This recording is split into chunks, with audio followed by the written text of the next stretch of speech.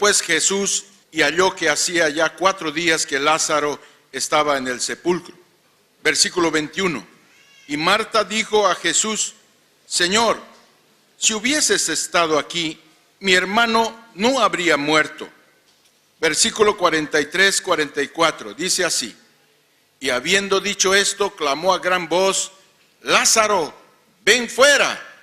Y el que había muerto salió, atadas las manos y los pies con vendas y el rostro envuelto en un sudario. Jesús le dijo: desatadle y dejadle ir. Bien, estoy muy feliz porque Dios está haciendo algo especial en este tiempo. Lo he percibido por la experiencia que he vivido de luchas y pruebas en este tiempo, pero los milagros del Señor están sucediendo y están en nuestro medio. Estamos convencidos que la iglesia del Señor puede hacer muchos milagros en nuestras vidas. El poder del Señor puede manifestarse en cada uno de nosotros. El Señor nos ha dado poder y autoridad para orar con fe por las enfermedades. Es algo que está claro. Es importante entender entonces que Dios puede operar milagros a través de nosotros. Y es por eso que la palabra del Señor respalda esa idea en el Evangelio según San Marcos 16, 17 y 18, cuando dice así, Marcos capítulo 16, versículos 16, 17 y 18. Y estas señales seguirán a los que creen. En mi nombre echarán fuera demonios, hablarán nuevas lenguas, tomarán en sus manos serpientes, y si bebieren cosa mortífera no les hará daño. Sobre los enfermos pondrán sus manos y sanarán. La proclamación del Evangelio debe ser seguida de una demostración de poder. No todas las veces ni como regla, pero sí tenemos que predicar un evangelio con autoridad. Y yo he hablado y he contado que debido a la experiencia que tuve particular, el enemigo estaba robando esa gracia y ese don de poder ser una iglesia que opera el poder de Dios en nuestras vidas y se manifiesta proclamando el evangelio seguido de sanidades. Y fue con mi experiencia negativa de haber sufrido un golpe muy duro en mi vida, perdiendo una hija enferma con cáncer en la sangre, leucemia. Yo les quiero confesar, como les he dicho, que cuando comencé el ministerio, el trabajo en el Señor, comencé con un avivamiento muy profundo, creyendo que realmente Dios hace cosas sobrenaturales, y participé de ellas. Milagros estrondosos, cosas increíbles, sobrenaturales, donde la mano del hombre no tiene nada que ver. Pero quiero confesarles que el peso de la experiencia negativa dolió mi corazón. Y no fue una cosa perceptible y una cosa voluntaria. Involuntariamente dejé de predicar sobre sanidad. Involuntariamente dejé de ir a los hospitales para orar por los enfermos. Involuntariamente como que perdí el coraje de ser arrojado, de ser, vamos a decir, valiente para proclamar el poder de Dios en las personas. Y yo quiero decir que yo sufrí con eso y la iglesia también sufrió. Porque hay un dicho popular que dice: la iglesia es la cara del pastor. Es decir, nosotros a través del ministerio marcamos a las personas. Y fue así entonces que estamos creyendo que el Señor en nuestro medio se va a levantar con poder, y va a restaurar aquello que el enemigo quiso robar, que es el don de cura, los dones espirituales, entonces en su iglesia.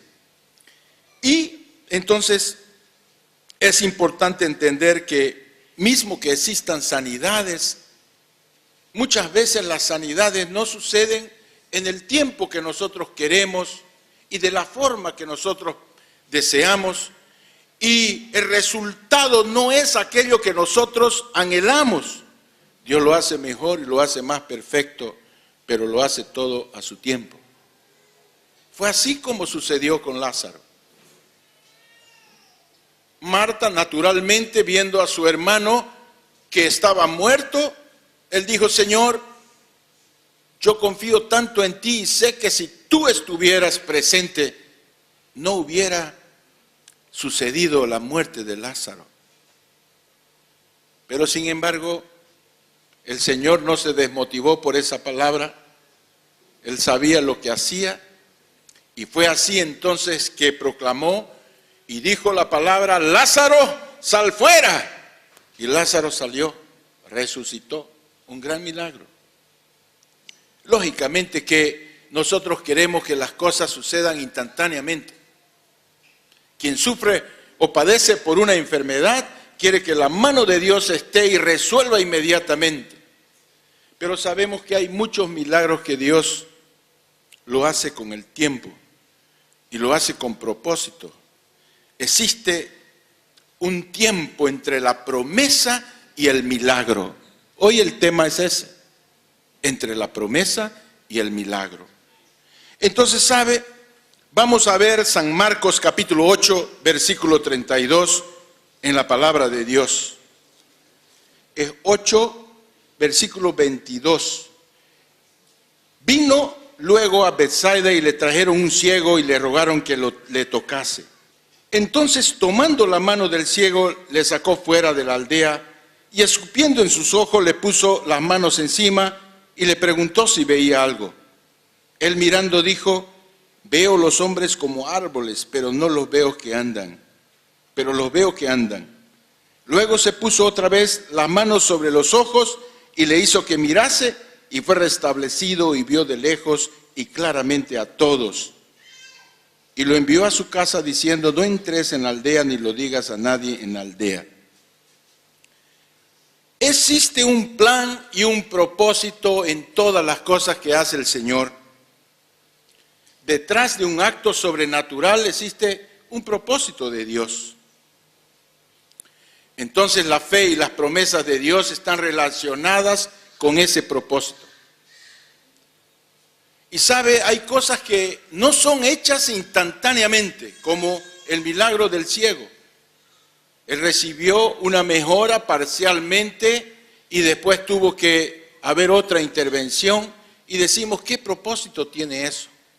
Qué cosa interesante. ¿Será que Dios no tuvo poder para hacer las cosas de una vez? ¿O será que la persona no tenía tanta fe para que Dios operase un milagro? El tiempo de Dios es tiempo de Dios y no el nuestro, y Dios tiene propósito en todo. Abraham tenía la promesa de Dios que sería padre de multitudes, pero no fue padre al otro día.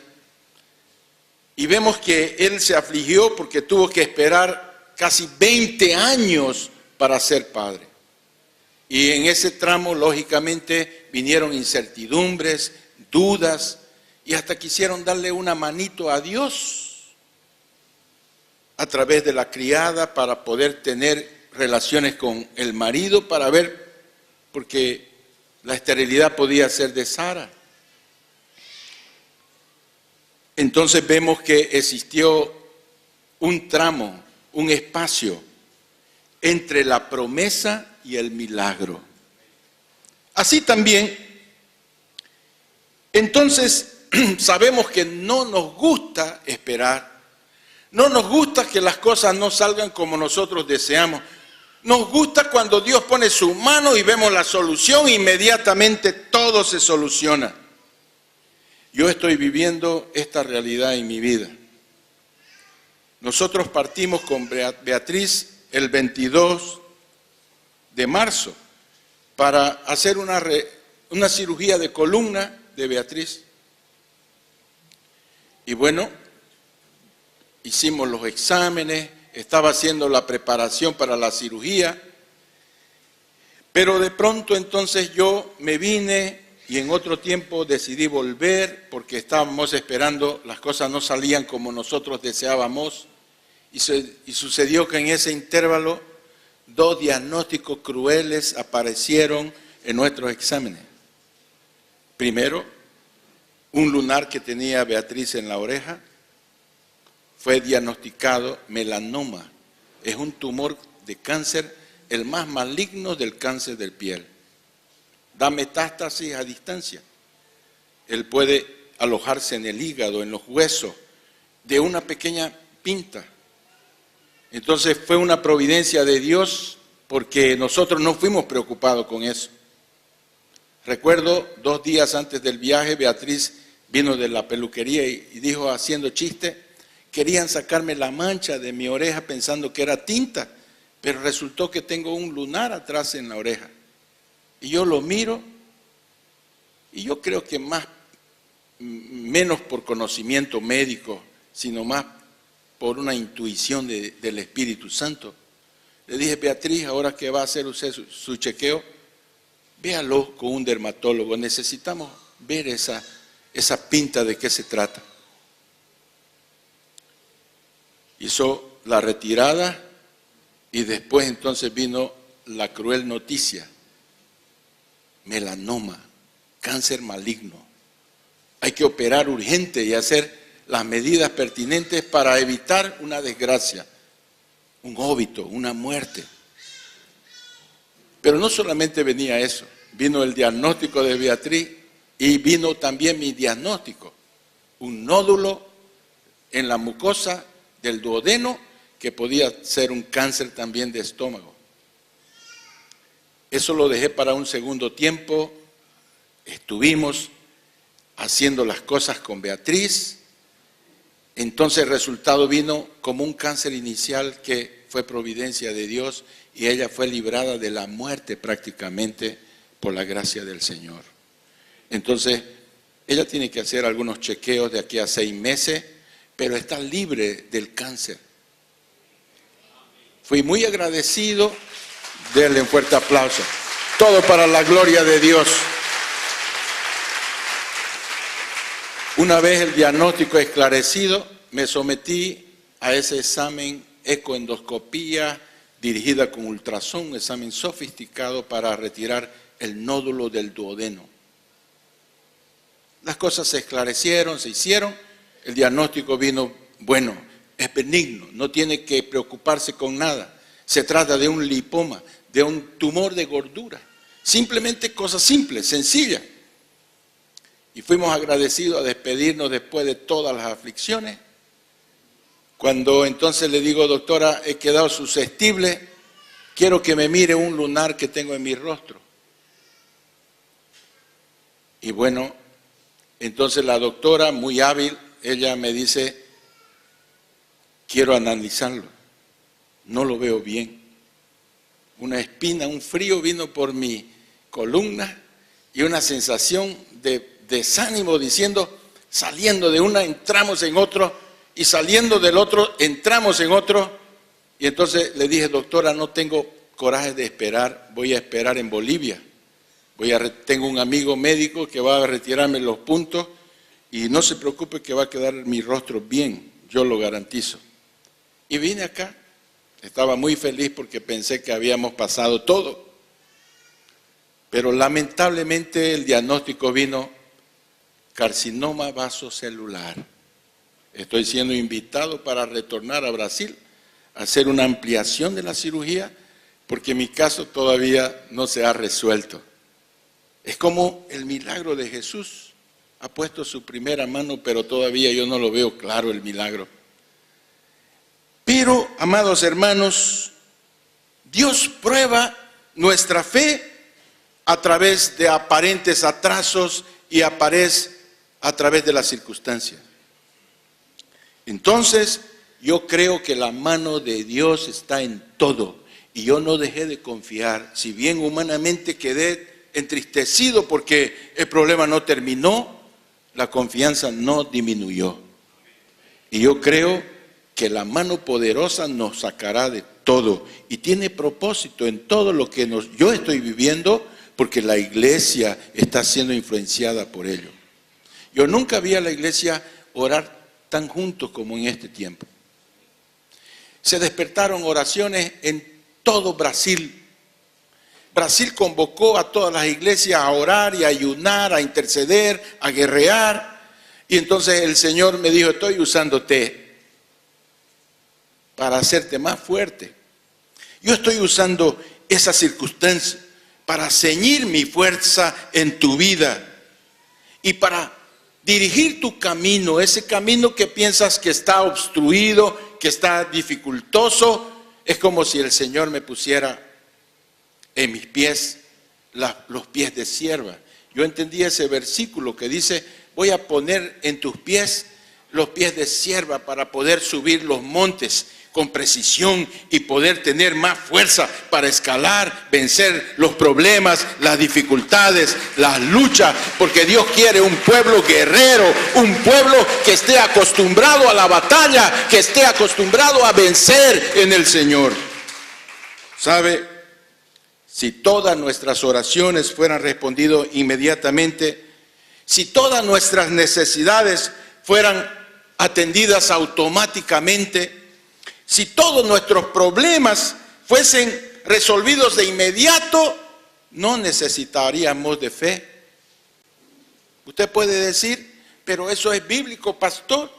Mire, yo les quiero mostrar que apóstoles del Señor pidieron al Señor que les aumente su fe. Y no eran personas creyentes comunes, eran los apóstoles, los precursores del Evangelio, que estaban pidiendo, Señor, aumentanos nuestra fe. Lucas capítulo 17, versículos 5 y 6. Dice así la palabra del Señor. Dijeron los apóstoles al Señor, aumentanos la fe. Entonces el Señor le dijo, si tuvieras fe como un grano de mostaza, podrías decir a este sicómoro, desarráigate y plántate en el mar, y os obedecería. Qué tremendo. Quiere decir que los apóstoles no tenían la fe de un grano de mostaza. Ellos estaban reconociendo la necesidad de aumentar esa fe. Sabe, todos nosotros estamos siendo enseñados a aprender a esperar el tiempo de Dios. Yo les quiero decir que no es fácil. Cuando uno se hace la idea, yo dije, por favor, Señor, ya pasé por una cosa, no creo que me vas a hacer pasar por este problemita más. Pero no fue conforme a mi propósito. Entonces, nuestra naturaleza nos cuesta esperar. ¿A quién le gusta hacer filas? Si hay una cosa que me gusta ser anciano, es cuando yo voy a los bancos. Veo la fila tremenda, pero entonces digo, tac, le pongo yo ahí preferencial, soy anciano. Entonces me llama, ¿por qué? Y a veces veo personas que están sufriendo, esperando y todo, y yo digo, ¿será que es lícito hacer eso? Y digo, bueno, si Dios me ha dado gracia para hacer eso, pero en realidad a nadie les gusta esperar, ¿no es verdad? Hacer fila es algo terrible. Entonces, si usted no percibe que Dios quiere aumentar su fe, los tiempos de espera son pérdidas de tiempo. Son cosas que usted no las entiende. Son cosas que usted piensa, ¿por qué Dios no hizo eso? ¿Acaso no podía solucionarlo todo? En el caso de Lázaro, Marta, con un poco de desdén, le dijo, Señor, si hubieses llegado a tiempo, mi hermano no hubiera muerto. Haya estado todo resuelto. Entonces yo también soy tentado y estuve pensando la noche pasada diciendo, Señor, si tú pusiste la mano, si me auxiliaste, si me hiciste de esta manera, ¿por qué entonces no lo solucionaste el problema? Ahora tengo que volver, tengo que pasaje, otra vez el asunto, los gastos, la necesidad de estar lejos de mi tierra, de la iglesia, del Señor. ¿Por qué, Señor? Entonces la voz sutil, suave del Señor todavía necesita ser enseñado a saber esperar el tiempo de Dios. ¿Sabe? Él nos quiere dar durante ese tiempo muchas enseñanzas. El ejemplo de Israel, la jornada de Egipto hacia la tierra prometida podía ser de 2 o 3 semanas. No me viene bien al caso estudiar con precisión, pero me parece que los entendidos hablan que son 2 o 3 semanas máximo. Pero acabó llevando 40 años. Dios estaba más interesado no en que lleguen del punto A al punto B. Dios estaba interesado en que su pueblo llegase al punto B, pero con fe. ¿Sabe, mis amados? Entonces, Deuteronomio capítulo 8, versículo 2, nos dice claramente uno de los grandes propósitos de las luchas, de las pruebas, de las cosas malas que vivimos, tiene como propósito en el futuro hacernos bien, pero aumentando nuestra capacidad de confianza, de dependencia, de confiar en Él, de depender de Él. Dice Deuteronomio capítulo 8, versículo 2. Te acordarás de todo el camino por donde te ha traído Jehová tu Dios estos 40 años en el desierto, para afligirte, para probarte, para saber lo que había en tu corazón, si habías de guardar o no sus mandamientos. En el tiempo de espera, Dios quiere ver lo que hay en nuestro corazón. Fue tremendo antenoche cuando escuché la noticia: doctor, pastor, usted tiene que volver porque hay que ampliar la cirugía, la margen de seguridad tiene que ser aumentada porque usted está con cáncer. Si bien no es melanoma, es un cáncer que puede desfigurar su rostro o puede afectar inclusive otras partes de su cuerpo, y si le va mal puede ir a otros órganos de su vida. Cáncer es una palabra que suena feo. ¿Sabe? Cuando nosotros recibimos esa noticia nos sacude, pero lo que hemos vivido en el Evangelio nos hace pensar: Él no nos abandona. Dios nunca abandonó a sus hijos. Él nos ama tanto que nunca nos va a abandonar. No te abandonaré, no te dejaré, yo estaré contigo. Son palabras que resuenan en el corazón de toda persona que conoce mínimamente al Señor. La mano de Dios está sobre nosotros.